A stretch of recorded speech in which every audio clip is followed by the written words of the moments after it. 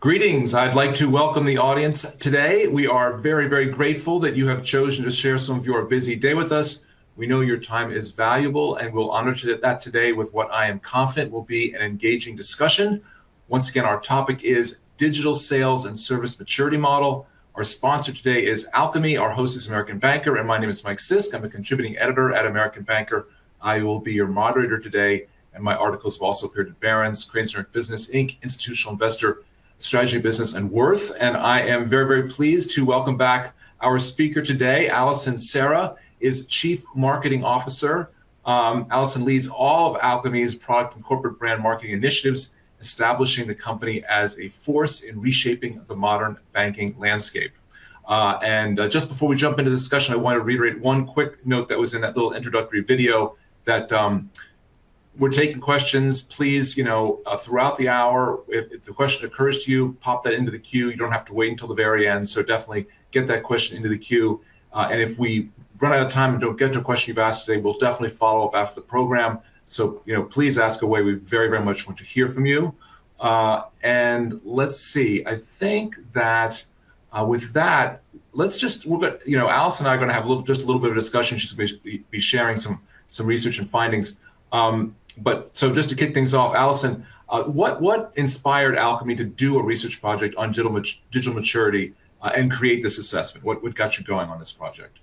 Well, Mike, first of all, thanks so much for having us. We're thrilled to be on today with you and your listeners. So like most great ideas, especially for research, this one came directly from our clients. And so, we know there's a lot of digital benchmarks out there. In fact, Alkami publishes a set of digital banking benchmarks. Others publish other sets of digital benchmarks. So there's certainly a plethora of options in the market. But what we were finding from our clients is they were really asking us about, as I like to say, capital D, capital M, digital maturity. So what's the combination of when we think about culture, strategy, and technology converging? What does digital maturity really look like? How do you define it? How do you benchmark it across institutions of all sizes? And how do you make that actionable for a financial institution to understand where they place against that benchmark and what they need to do differently? And so that's where the idea originated, was from our outstanding client community that always pushes us to be better. Interesting. And are there any other models out there in the industry like this one? Well, that one was interesting because whenever we get a request like this, the first response we have is to see what might already be in the market, more so just to be expedient with our clients and with the stakeholders who are asking the question. And to our surprise, we looked and we didn't find anything quite that captured the essence of the question. And when you even look at, Alkami's interests here, when we think about the digital banking channel, about a little over a year ago, our founder, Stephen Bohannon, got on our stage at CoLab, which is our big industry event, and said, look, if you look at the digital banking channel, it's still largely a service channel today, which is how it started, right? It started as a place to check your account balance, maybe move some money, maybe deposit a check, but it really wasn't used for sales, for cross sales, for targeted offers. And so we kind of said, back then, over a year ago, we see the digital banking channel as one that has to evolve to equal parts digital sales and service, because it is the channel that is always on, that is ubiquitous, that is increasingly where customers and members choose to engage with their financial institution. And so we were even curious on this question: how many financial institutions are actually leveraging the digital banking channel as so much more than the service channel that it originated in, before the millennium? And so that was also kind of our guiding emphasis here. And like I said, we looked to try to answer the question elsewhere and didn't find anything quite like this, let alone a benchmark assessment tool that would actually go one step further and let you know how you rate against the benchmark of institutions we spoke with. Excellent background. I'd love to dig into some results now too. So I understand that there was the research and assessments built on research conducted across 215. That's correct. U.S. institutions. Yep. Can you share a little bit of the findings or themes that kind of that were revealed with your research? Yeah. So the first thing, we really wanted to go broad in the research. So the 215 About the only requirement was that you had to be at least 200 million in assets, but there was no upper limit on that. So this panel includes mega banks, includes top 50 banks, it includes regional and community financial institutions, it includes neobanks. So we really wanted as wide of a picture as we could on what defines digital maturity today to snap those chalk lines. We looked at the data. So there were several questions in the questionnaire, as you might imagine. And one of the things that we challenged our research firm with, Emerald Research Group is the firm that did the project with us. Jim Marous was our thought leader and thought partner on the project. We really wanted the data to emerge to tell the story of the segments. And so what we found in the study, I'm going to push something to your audience here, is we actually looked at all of the data and we used what's called in statistics a latent class analysis model. And this is about as techy as I'm going to get because this is over my pay grade.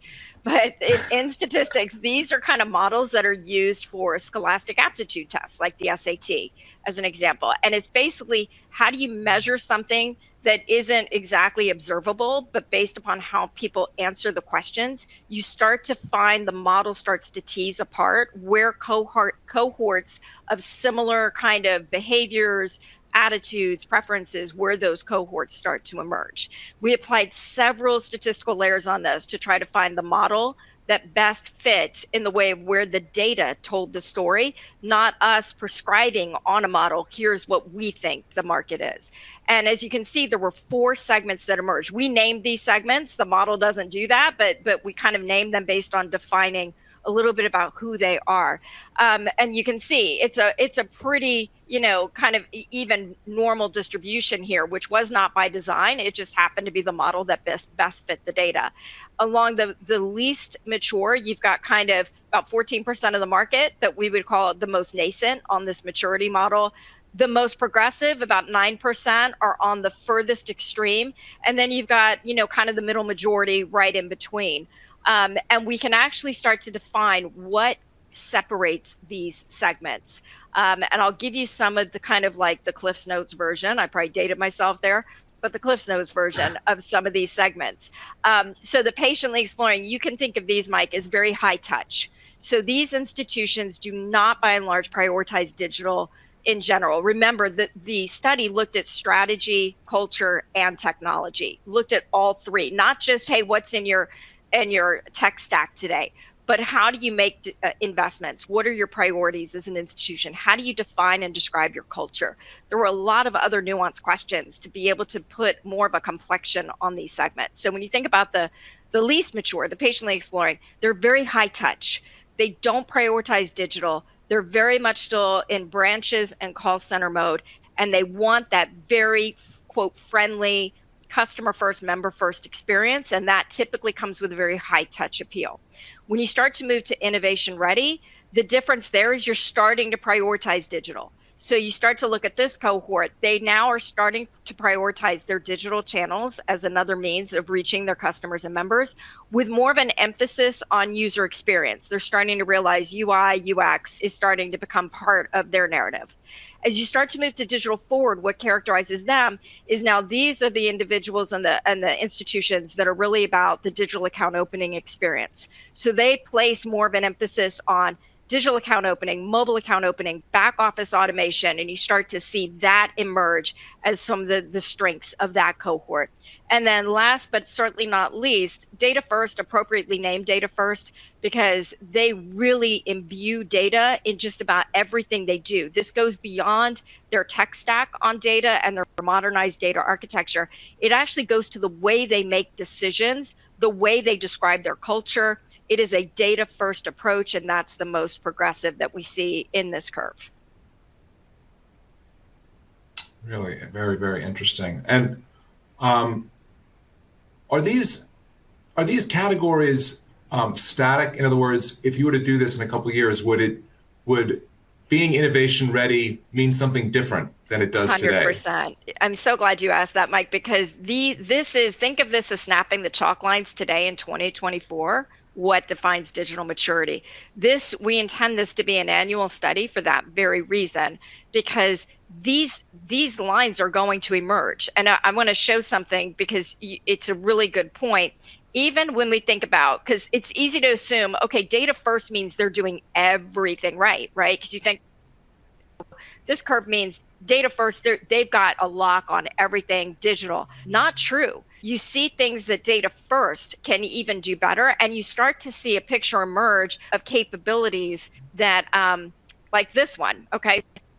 So we asked about a 5-minute account opening setup, right? A sign up experience. Now, we both know that in this market, getting to that Amazon-like experience might be precluded by other things, not the least of which is fraud. And digital account opening and fraud, definitely a vector to be considerate of. But we wanted to ask this question of not just do you do digital account opening, do you do it for new customers or members and or existing customers and members, but can you do it in 5 minutes or less? And if not, what is your average time? So to explain this chart, so if you think about this, this is new customers or members to your left, existing customers or members to the right.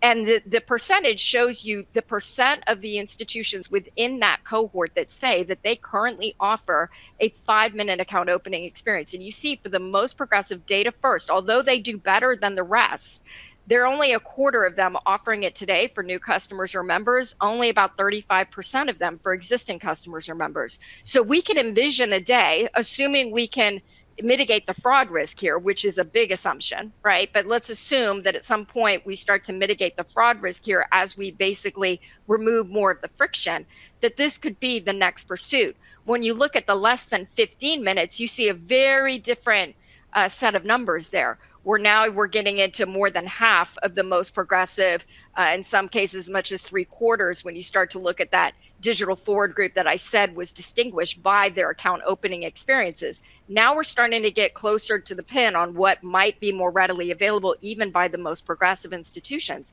But who knows, in a year from now, we may or may not find the 5-minute account opening experience is more pervasive, or we may find that there's something else that emerges in the study, something similar to this, that basically shows where the puck is going. So yeah, you're exactly right. This is one that will be evergreen, and these, the goalposts are going to move on the field year by year, depending upon what quote maturity looks like at that point in time. Really interesting. Really interesting. And so I understand that the report also shows that the larger institutions had higher revenue growth. Did you find that the data showed that the larger financial institutions are the most digitally mature? Was there some breakdown like that?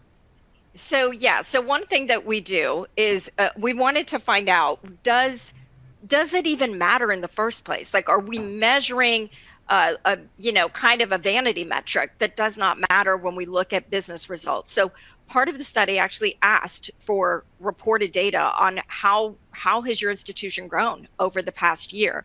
And what we found when we looked at the correlation here is that the most advanced, the data first, grow at a rate of 2x from the least advanced, the patiently exploring. Now I have to educate here because my firm, the research firm, would be mad at me if I didn't say this. Correlation, you can't imply causation from. But as I like to say, sometimes pepper follows salt.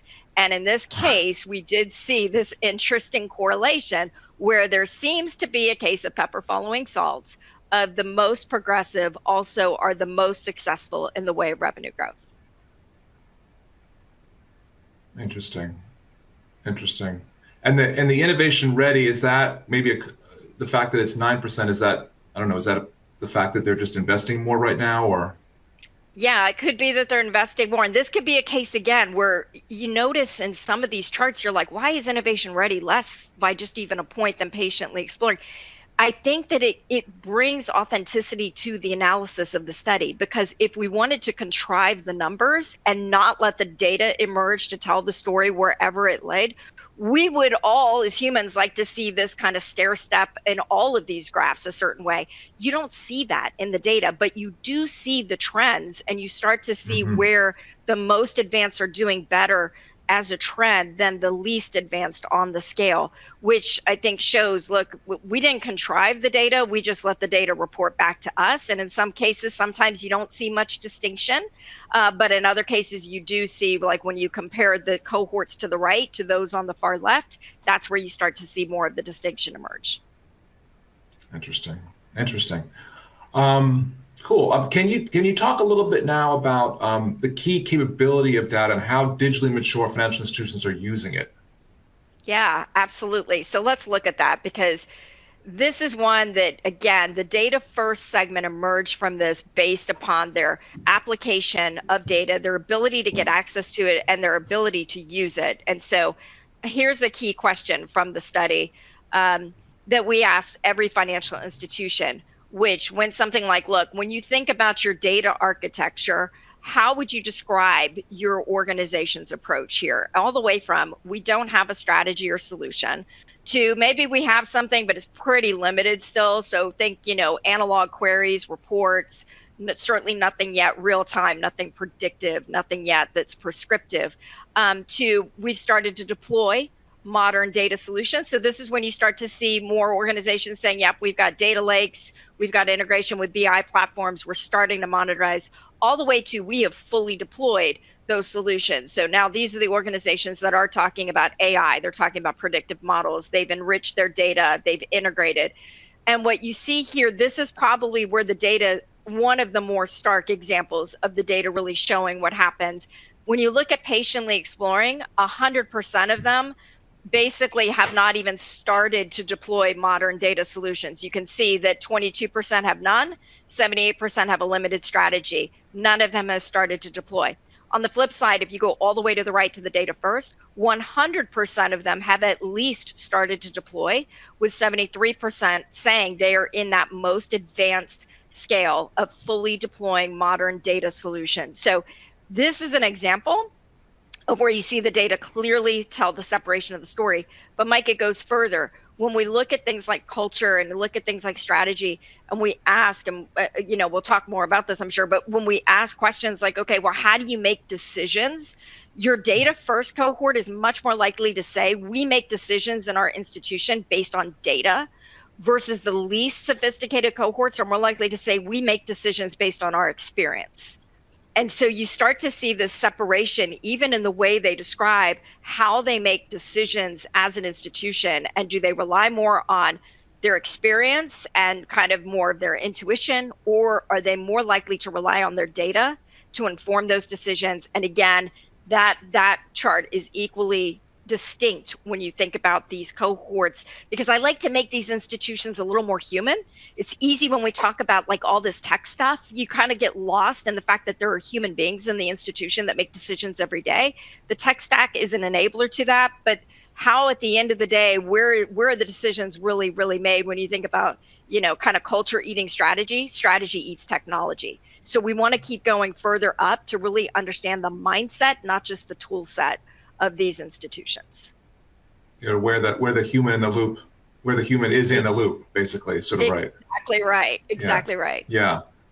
And that actually, I was just about, you're getting at it right now. I was just going to ask you about if data defines the most mature, what are the characteristics of the other segments? And it sounds like, you were just speaking a little bit about the fact that it's those that are, a little feel like they need to be a little more. They're relying on their experience, as you said. Yeah, high touch, is patiently exploring, innovation ready, starting to get more into digital with more of UX, starting to kind of emerge in digital forward. We saw the digital account opening slide, much more on digital account opening, mobile account opening, more automated back office you start to see in digital forward. So they're really focused on their automation, and then data first. Obviously, the data prowess is what you see emerge. Right. And what about the mindset and tool set reference? What's a little bit more about that? Yeah. So when we ask questions about culture, these are some of my favorite questions in the study, again, because I think you can lose otherwise that people are in the loop here, as you say.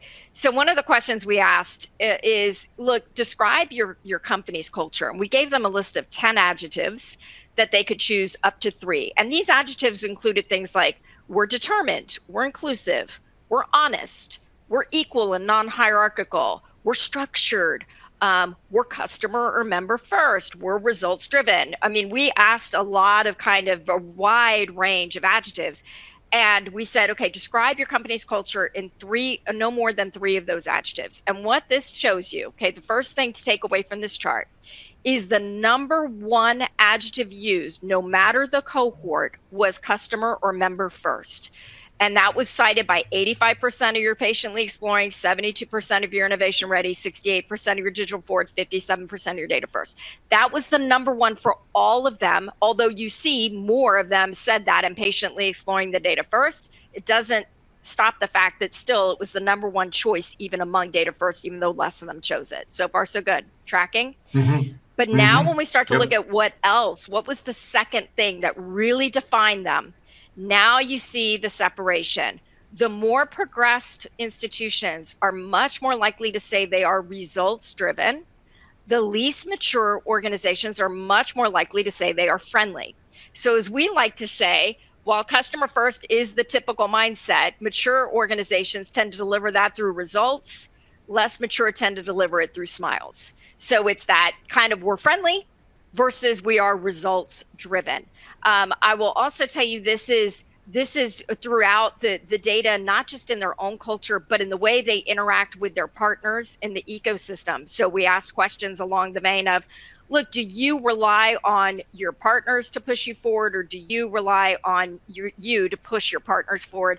The most progressed are much more likely to say we push our partners. The least progressed are much more likely to say we expect our partners to push us. So you even see the friendly in the way they interact with their partner ecosystem versus a bit more like, no, we will push them forward if they're not doing enough service for us.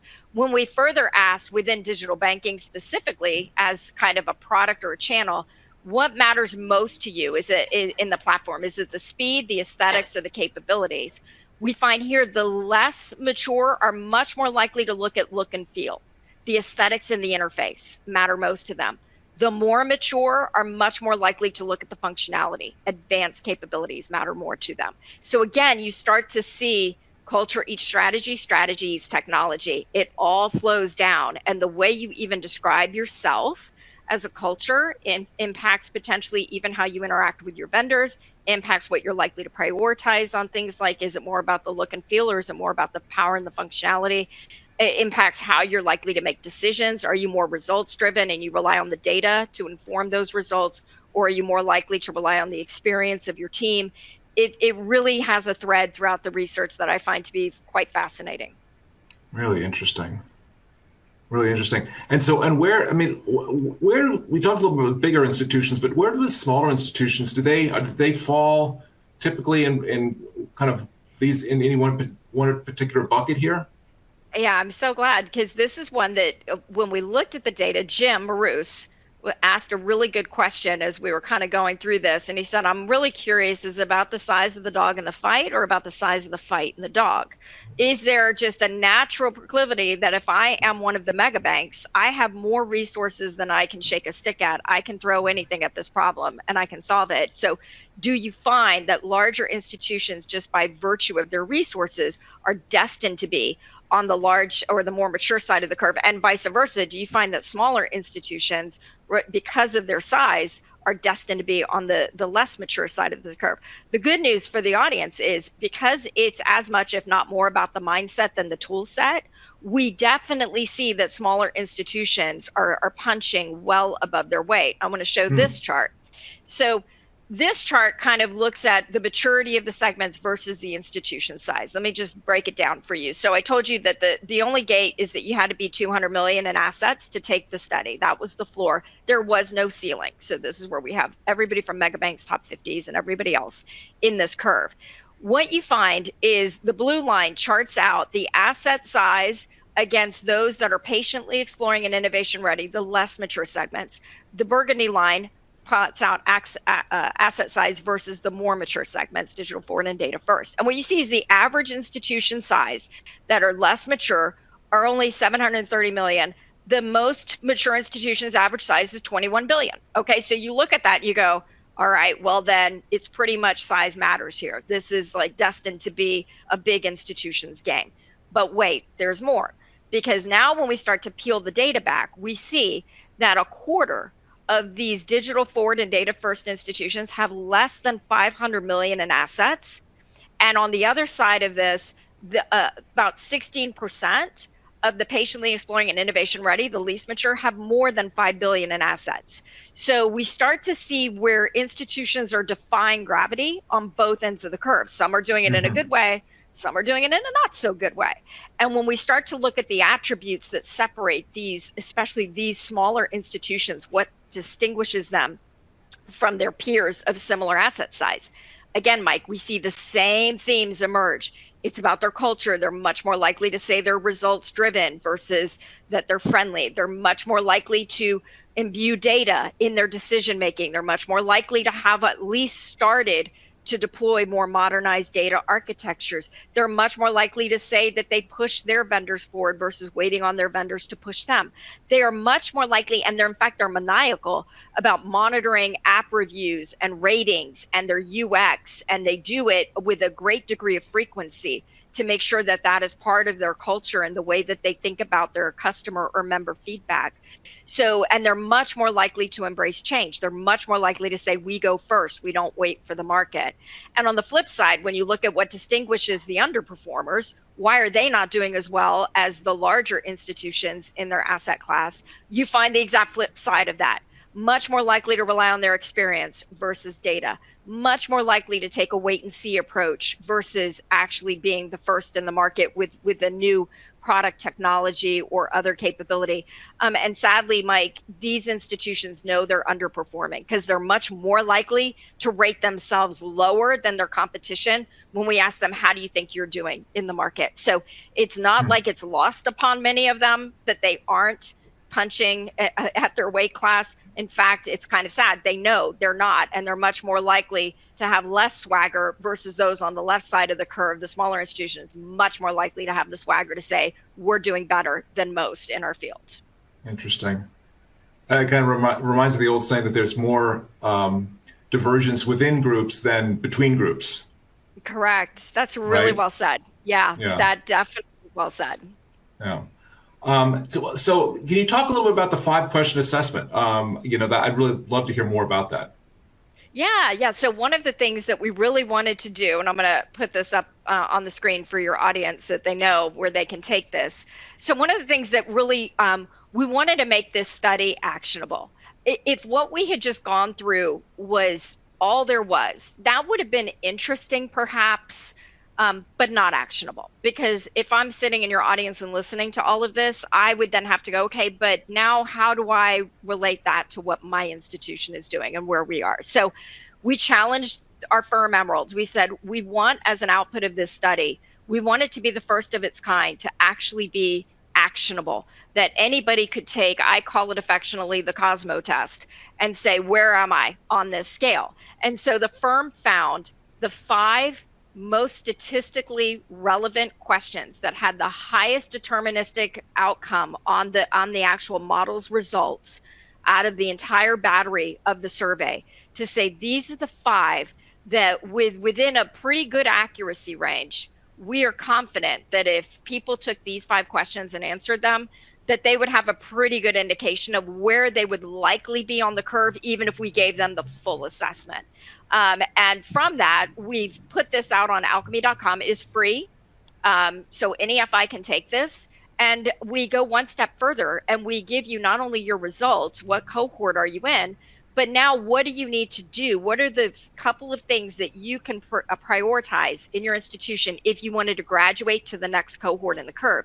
And even among the data first, as we talked about earlier, the most progressive, there are still things that data first are not doing that basically is room, blue ocean to go after. So we actually tell you based on not just where you are on the curve, but also what could you do to prioritize to make digital maturity a little more real, a little more actionable, a little bit more in your own hands and capabilities than just admiring a benchmark of a bunch of institutions and not knowing exactly where you might fall.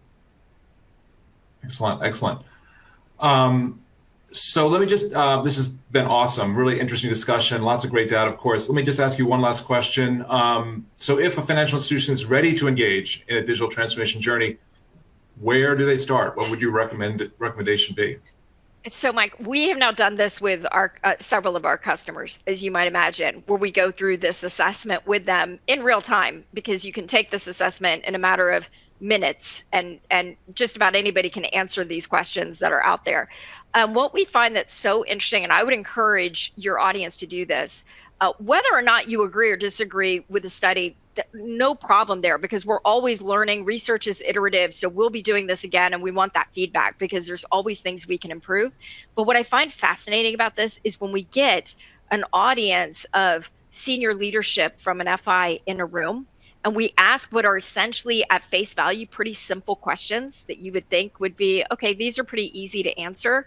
I am amazed at how it triggers and stimulates debate among executives to really talk amongst themselves around, well, how would you answer that question? Well, I think it would be this. Oh, really? Because I would have answered it this way. Even if for no other purpose, it gets your institution talking, whether you agree with it or not. I think that is worth its weight in gold, because it may trigger conversations that have borne out in a study that you can say is relevant statistically, is based on snapping the chalk lines today. 215 institutions of all sizes took this instrument. Now, how do you think you would answer the questions? And if they do nothing else, Mike, I would say have your audience look at this assessment, take it into your next meeting. Don't just take it yourself and basically see where you are on the curve. Go into a meeting and ask others to take it and just see where the differences are and how those questions are answered. And if that doesn't in and of itself trigger conversations that need to be had to really redefine and crystallize, prioritize strategic investments, the way you would think about your culture, the way you think about decision making, I think that in and of itself could be pretty valuable for your listeners. Get people talking. Exactly. Get people talking. That's right. That's right. It's the first step. Fantastic. I think that's a wonderful note to end on. Allison, thank you so much for being here. Thank you so much for having me. It was such a pleasure. Really enjoyed our time. And everyone in the audience, thank you so much for also being here with us. We obviously did not get to questions today, but we will follow up after the program. So thank you for putting those questions in there. And keep an eye out. We'll be sending you a follow-up email that'll have a link to a recording of this event. And, really recommend you revisit, because we covered some great ground here.